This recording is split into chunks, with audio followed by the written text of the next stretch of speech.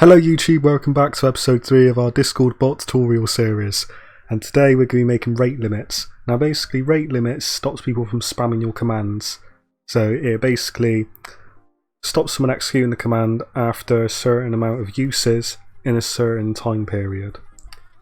So firstly, to start this in our index, we're going to want to make a new cache here for client.limits, and we'll make that into a map. And then we'll move into our ping command that we made in the previous episode, which here we want to do module.exports.limits, you know how it goes.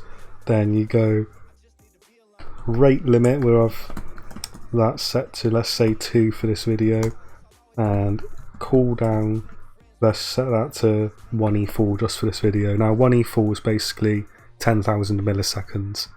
So the E4 is however many zeros are appended. This is Hostbend, an affordable and reliable hosting company. They sell many services such as shared hosting, reseller hosting, VPS hosting, Discord bot hosting, and domain names. Host a Discord bot today for less than $1 with Ultrex development. You get to choose Java, Node.js or Python. Most of our series are based on Node.js. So you can choose Node.js. We even have a coupon code which should take 25% off.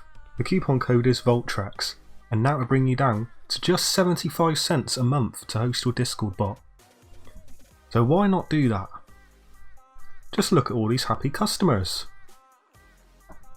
So that's equal to 10 seconds, as a lot of you should know by now.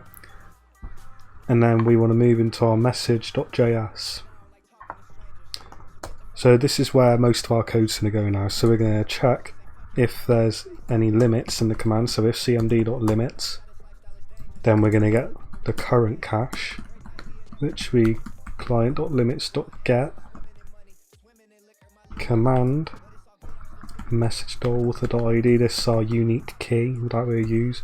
Now this can either return a number, which will be how many times someone's used the command, or it can return undefined. So if it returns undefined, then we're going to define it using client.limits.set and then the unique key again, and we'll set that to 1. Else,